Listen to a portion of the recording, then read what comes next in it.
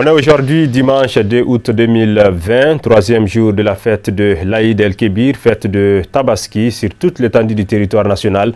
Une fois de plus, nous renouvelons en tout cas toutes nos pensées à l'endroit de nos chers téléspectateurs. Une fois de plus, bonne fête de Tabaski à toute la Oumma islamique du Mali. Alors, cette édition d'information est spécialement consacrée à la rétrospective de l'actualité de la semaine. Bonsoir et bienvenue. Les actions de lutte contre la nouvelle maladie à coronavirus continuent dans notre pays. Une remise de kits de protection et d'hygiène au système financier décentralisé et partenaire pour faire face au Covid-19 a eu lieu ce lundi 27 juillet à l'hôtel Salam de Bamako. L'initiative est du ministère de la Promotion, de l'investissement privé, des PMI et PME et de l'entrepreneuriat national avec celui de l'agriculture. C'est un reportage de Marietou Diallo et Samba Traoré. C'est avec l'accompagnement du FIDA, du Royaume du Danemark et du Canada que le comité technique chargé de réfléchir et faire des propositions de solutions et de mitigations adaptées que ce don de kits sanitaires et d'hygiène a été remis aux acteurs de l'agriculture et partenaires. Cette cérémonie marque un moment fort dans la volonté du projet d'accompagner l'initiative prise par les hautes autorités de lutter et de prévenir l'incidence de Covid-19 sur les activités de développement en général et celles portées par le secteur privé rural en particulier. Les matériels qui vont être remis ce matin constituent le début d'une série d'appuis multiformes à l'endroit de toutes les catégories de bénéficiaires du projet. Les organisations de producteurs agricoles, les petites et moyennes entreprises agricoles, les petites et moyennes industries agricoles, les systèmes financiers décentralisés. Ces appuis ont été identifiés à la suite d'une analyse minutieuse et participative avec l'ensemble des acteurs, à savoir l'APECAM, la CNOP, le patronat du Mali représentant les opérateurs économiques, le centre de promotion et d'appui au système financier décentralisé, l'association professionnelle et plusieurs personnes de ressources qui ont permis d'aboutir à un plan d'urgence en appui au secteur et aux acteurs, aux bénéficiaires du projet inclusif. Ce geste démontre l'engagement des plus hautes autorités de notre pays dans la lutte contre le Covid-19. Les institutions de microfinance ont pour mission de contribuer au développement socio-économique des populations à faible revenu en facilitant leur large accès aux services financiers et contribuer ainsi à la réduction de la pauvreté et des inégalités. Ainsi, les institutions de microfinance contribuent de manière significative à la promotion de l'inclusion financière à travers la facilitation de l'accès, surtout en milieu rural, aux services financiers de base, qu'est l'épargne et le crédit. Le secteur de la microfinance félicite et remercie le projet inclusif pour cette belle initiative de doter les systèmes financiers décentralisés en 604 kits de protection et d'hygiène, 107 kits de relevé de température et 107 kits de télétravail, kits avec des forfaits de télécommunication.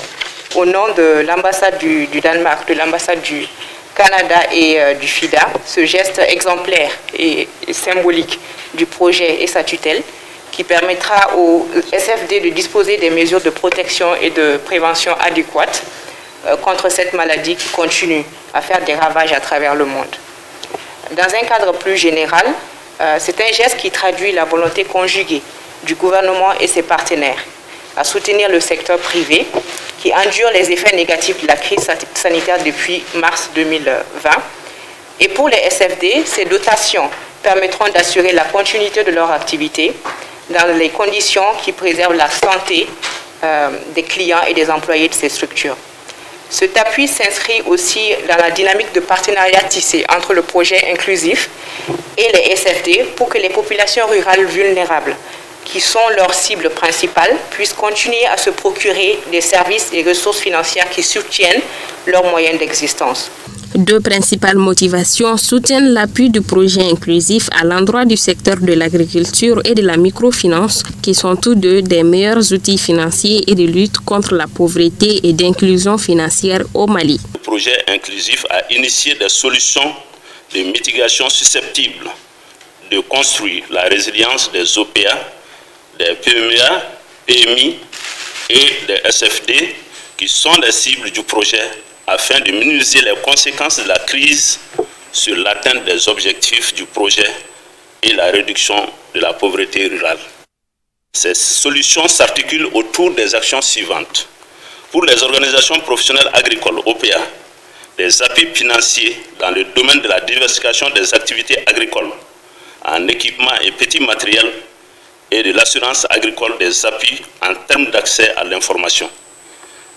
Pour les petites et moyennes entreprises agricoles, PME, MEA, PMIA, des appuis financiers à la mitigation des problèmes liés à l'écoulement des produits sur le marché, à la facilitation de l'accès aux matières premières, à l'incitation à produire pour le marché local et à maintenir le personnel minimum nécessaire et des appuis spécifiques aux filières céréales sèches et produits de cueillette. Ce don de kits de protection et d'hygiène est composé de 604 kits de lavage des mains, 604 gants, masques, savon liquide, 604 gels hydroalcooliques et 107 appareils de mesure de température multifonction. Le coût s'élève à plus de 87 millions de francs CFA. Direction Koulikoro, promouvoir une société malienne plus pacifique, résiliente et respectueuse des droits humains est l'objectif recherché par le pôle des actions d'intégration des droits humains en Afrique PACENDA, d'où la tenue d'une session de renforcement des capacités des jeunes et femmes en prévention et gestion des conflits et citoyenneté à Koulikoro. Sous la présidence du gouverneur de la dite région, la cérémonie d'ouverture s'est déroulée ce lundi 27 juillet en présence des autorités politiques, des services techniques dans la salle de conférence du gouvernorat de Koulikoro. Nos envoyés spéciaux sont Samaïra Sanogo et Abdoulaye Sogodogo.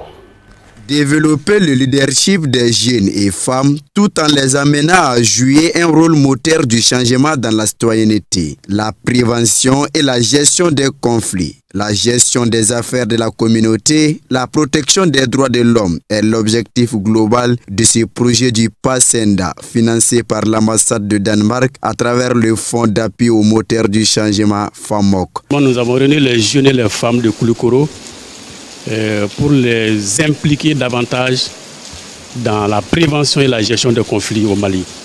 Parce que depuis 2012 jusqu'à maintenant, nous avons perdu des milliers de personnes, parmi lesquelles malheureusement les 90% sont les femmes et les jeunes âgés de moins de 35 ans. Ça veut dire quoi? Quand il y a conflit dans un pays, les premières victimes sont les femmes et les jeunes. C'est pourquoi nous voulons que ici à Koulikoro, la jeunesse et le mouvement féminin s'engagent beaucoup plus dans la consolidation de la paix au Mali. Dans un second temps, c'est pour également expliquer davantage la politique nationale sur la citoyenneté et le civisme que le gouvernement a adopté en septembre 2017, mais qui n'a pas été largement comprise par les gens. Cet atelier de renforcement des capacités des jeunes et femmes en prévention et gestion des conflits et citoyenneté à Koulikoro est vu par le Conseil régional de la jeunesse comme un véritable levier dans le processus de l'apaisement du climat social. Notre pays traverse une période de conflits et de crise. Des conflits qui souvent vont à l'encontre du respect des droits de l'homme. Alors, cet atelier est un apport, une contribution à la recherche de portes de sortie. Vous conviendrez certainement avec moi que les conflits constituent des obstacles de taille à la stabilité régionale et nationale. Après avoir souhaité la bienvenue à ces projets du PACENDA qui visent à favoriser un effet de synergie entre les acteurs de la société civile les plus susceptibles de jouer le rôle de moteur du changement, le maire de la commune urbaine de Koulikoro a rassuré les organisateurs de sa partition pour l'atteinte des objectifs. Quand tu dis un pays, c'est les jeunes et les femmes. Et le conflit qui surgit dans notre pays actuellement, seuls les jeunes et les femmes ensemble peuvent s'unir et trouver une solution rapide à ça. Il est nécessaire de se tuer par-ci par-là. Et la plupart des jeunes qui sont tués et des femmes, alors ils sont le devenir de ce pays. Vraiment, j'encourage le PACENDA à suivre cette sensibilisation pour pouvoir développer ces pays rapidement. Se réjouissant de l'initiative, le chef de l'exécutif régional de Koulikoro dira que ce projet cadre avec les priorités de l'État avant de saluer la bonne volonté des responsables du PASENDA qui ont toujours situé Koulikoro dans leurs objectifs. La place des jeunes et des femmes, comme je l'ai dit tantôt, dans la société ne fait l'objet d'aucun doute, car ils sont l'avenir et les dirigeants de demain. Par conséquent, les jeunes et les femmes constituent un maillon essentiel dans la consolidation de la paix et de la cohésion pacifique du Mali. Pour toutes ces raisons, il est important de les outiller et de les former afin qu'ils jouent un rôle essentiel dans la promotion des droits humains et surtout la promotion d'une citoyenneté active au développement du Mali. Durant 2 jours, les participants venus des 4 coins de la cité de Megueta, à travers des communications, seront mieux édifiés sur la prévention et gestion des conflits, ainsi que la gestion des assassins. Actualité au-delà de nos frontières, le Conseil de base des Maliens de Côte d'Ivoire a procédé le week-end dernier au lancement officiel de sa carte de membre sécurisé, parrainée par son Excellence Ousmane Agrissa, l'ambassadeur du Mali en Côte d'Ivoire. Cette carte va désormais offrir plusieurs opportunités aux Maliens établis sur le territoire ivoirien. C'est un reportage de Diakaridia Dambélé avec la voix de Moussa Fomba. Organisée dans le strict respect des mesures barrières contre la propagation du Covid-19, cette activité de lancement de la carte de membre sécurisée du Conseil de base des Maliens de Côte d'Ivoire est l'aboutissement d'un long processus entre le dit Conseil et l'ambassade du Mali en Côte d'Ivoire pour permettre aux Maliens de l'extérieur d'être identifiés plus facilement afin de bénéficier des droits. Et notre souhait, c'est que il suffit de faire la carte. Nous, on veut accompagner cette association jusqu'à l'aboutissement de son projet. Et c'est en cela qu'on va être fiers de dire que la coopération sud-sud, l'association malienne pouvait aller prendre les blancs pour venir faire les cartes. Mais nous allons démontrer que techniquement, en Afrique, on peut se mettre ensemble pour le développement. Donc j'invite, je profite de votre antenne, j'invite les membres du conseil à prendre leur carte.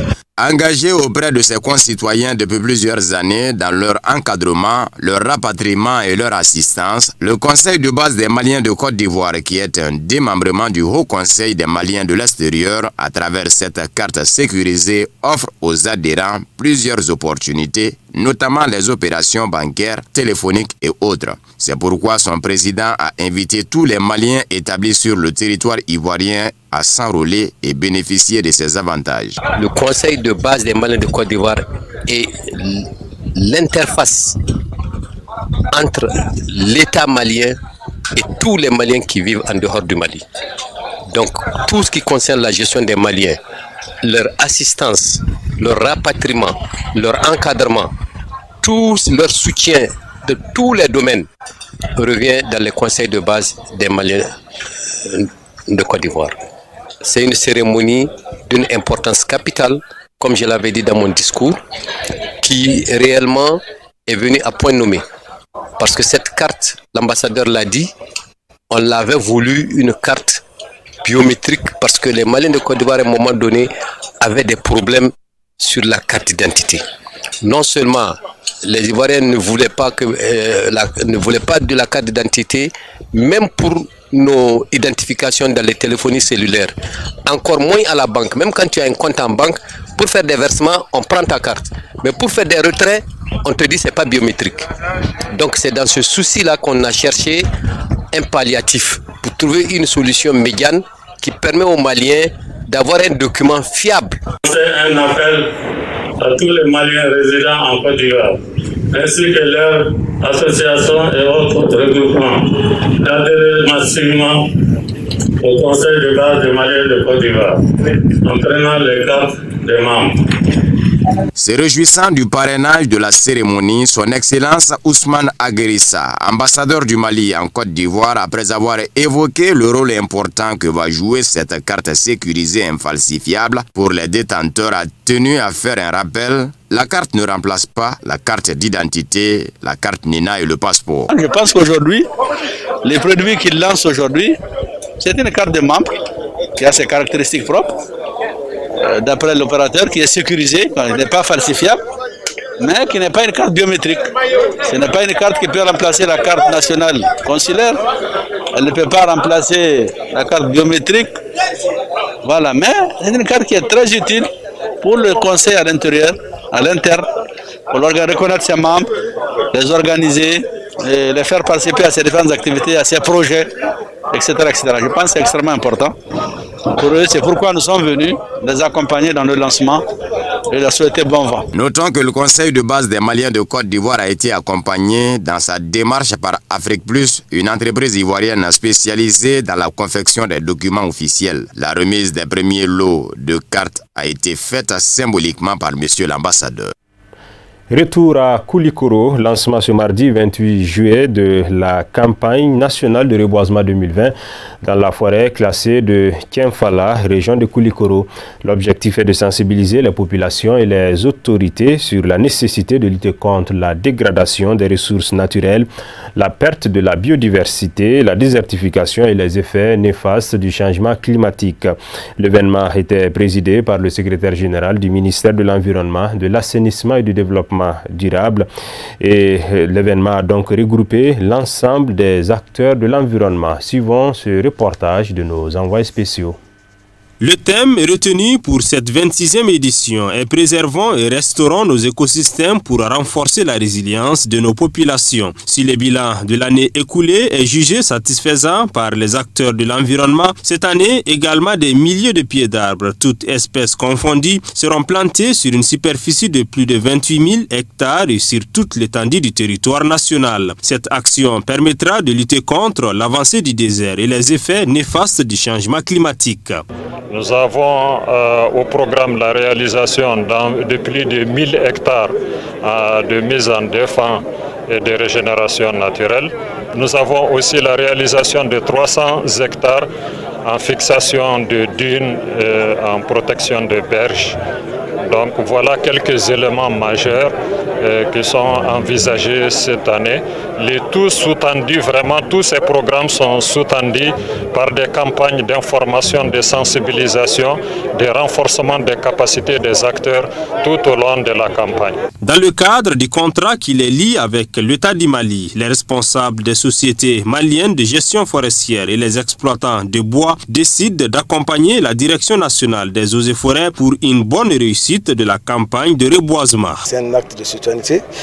Le reboisement reste ainsi une action qui génère des bénéfices pour les territoires d'accueil qui sont à la fois économiques, écologiques et sociopolitiques.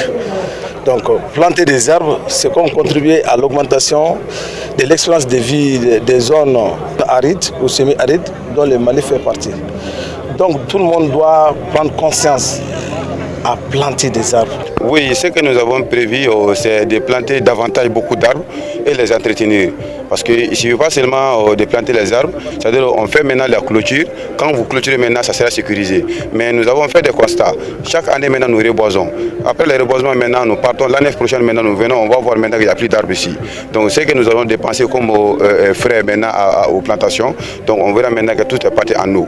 Maintenant, pour ne pas que cela soit maintenant, nous avons opté maintenant pour le reboisement sécurisé. Reboiser, faire des clôtures, chercher des gardiens, donc pour faire la suivi. Pour le gouverneur de la région de Koulikoro, ce lancement est une opportunité de pouvoir mobiliser tous les acteurs autour des activités de reboisement pour une régénération du couvert végétal. Nous vivons dans un pays désertique où l'arbre est vraiment précieux. C'est comme si vous recevez un enfant qui vient dans la famille, qui occasionne la joie.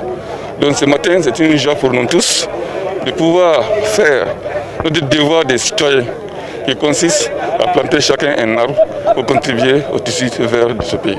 En procédant au lancement officiel des activités de reboisement, le secrétaire général du ministère de l'Environnement, de l'Assainissement et du Développement durable a incité les acteurs à redoubler d'efforts et invité les populations de la 2e région à planter des arbres et les entretenir pour la restauration de la biodiversité. L'organisation de la campagne nationale de reboisement a pour objectif de sensibiliser toutes les catégories d'acteurs à s'investir davantage dans les actions de lutte contre la dégradation des ressources naturelles, notamment forestières et fauniques, pour renforcer la résilience de nos populations face à ces fléaux.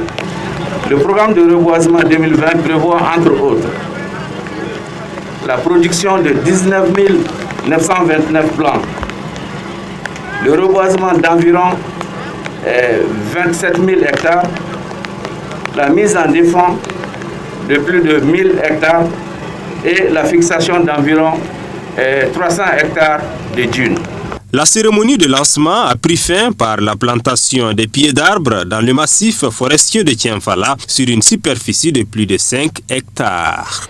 Fidèle à ses idéaux depuis sa création, la plateforme de mouvements citoyens pour la défense des valeurs sociétales, religieuses et la République a visité ce mardi les locaux de l'Assemblée nationale.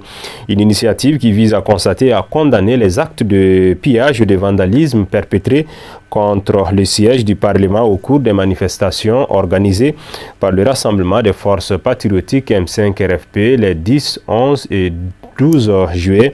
C'est un reportage signé Samaïra Sanogo et Abdoulaye Sogodogo. Des bâtiments saccagés, des matériels endommagés, des véhicules calcinés, documents consumés et emportés, bref, une institution à rebâtir. Voilà le triste constat suite aux manifestations du 10 juillet dernier. C'est pour s'enquérir de l'étendue des dégâts qu'une délégation de la plateforme des mouvements citoyens pour la défense des valeurs sociétales, religieuses et la République s'est rendue sur les lieux. Aujourd'hui, on a jugé qu'après le 10 et le 11 événement qui a été passé, on a vu que l'Assemblée nationale, c'est la maison du peuple. Quand on dit l'Assemblée nationale, ça représente toutes les populations peuple du Mali. L'Assemblée du peuple, ça c'est la maison à nous qui est population, qui est les sociétés civiles, qui est les mouvements citoyens, qui sont religieux, non religieux. Cette maison représente nous tous. Donc la façon qui a été saccagée, on est venu faire la visite pour voir à notre propre jeu comment la façon de dégradation, de saccage. C'est un sentiment de désolation et d'énorme frustration qui anime le président de la plateforme au terme de cette visite. On est très désolé par rapport... On ne peut pas comprendre au Mali aujourd'hui qu'à l'ère de mouvement démocrate, que des citoyens maliens puissent leur propre bien détruire, saccager leur propre bien. Ça, c'est vraiment, on ne peut pas comprendre ça. Ça n'a rien à voir avec la politique. Parce que l'Assemblée nationale, les députés et consorts, c'est des personnes qui sont passagères, qui viennent pour exercer pour un moment, mais les biens qui sont là, ça reste, c'est pour le peuple. Donc, ce qui a été fait ici, vraiment, on est très désolé. Vraiment, on ne peut pas comprendre. Quelqu'un qui veut construire son pays, quelqu'un qui dit qu'il dénonce les malgouvernances, qui dit qu'il veut que le Mali bouge, mais qui vient saccager les biens des Maliens, vraiment nous on ne peut pas comprendre ça. En s'attaquant à la deuxième institution, c'est la République qui est attaquée. De tels actes ne doivent pas rester impunis. Et c'est pourquoi la plateforme introduira des requêtes dans les jours à venir pour que les auteurs soient traqués et sévèrement sanctionnés. On va faire notre réunion. À partir de là-bas, on va constituer notre requête à travers nos avocats de porte-plainte. Parce qu'on est des citoyens. Ce qui a été fait au Mali, on ne peut pas accepter ça. La question politique, ça c'est entre les politiciens. Mais détruire les biens de nous, donc c'est notre contribution qui s'est fait pour ces biens-là, construire ces biens-là. Donc l'argent qui va reconstruire ces biens-là, s'il faut les partis politiques qui sont là-dedans, le pays donne l'argent à des partis politiques.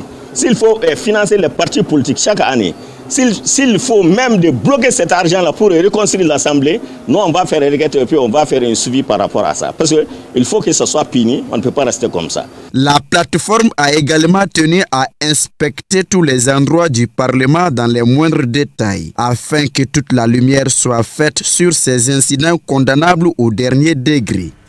L'actualité africaine et internationale de ce dimanche est proposée et commentée par Amadou Diarra.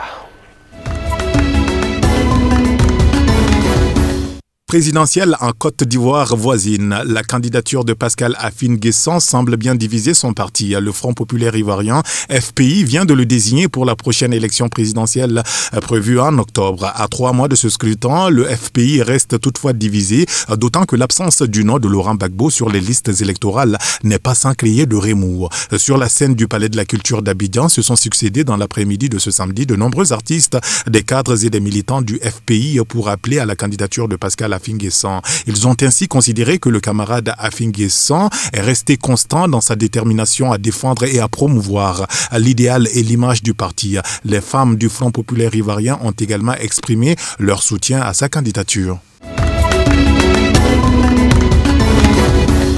Direction à présent le Tchad, où l'opposition semble elle aussi divisée sur le calendrier électoral. Un nouveau calendrier qui a été adopté par la CENI au début du mois. Il reporte les élections législatives au 24 octobre 2021, soit 6 ans après la fin du mandat des députés. Une coalition de 60 partis a soutenu cette semaine publiquement ces nouvelles dates, tandis que d'autres estiment qu'elles ne sont pas tenables. Les élections législatives doivent se tenir normalement en 2021. Pour le coordinateur de l'Actus, l'un des 60 partis de la coalition soutenant le nouveau calendrier publié par la CENI. Selon lui, un nouveau report ne ferait qu'avantager le pouvoir. En revanche, le chef de file de l'opposition, président de l'Union pour la démocratie et le renouveau, les problèmes techniques du recensement et de la révision du fichier électoral doivent être réglés avant octobre 2021, date des législatives.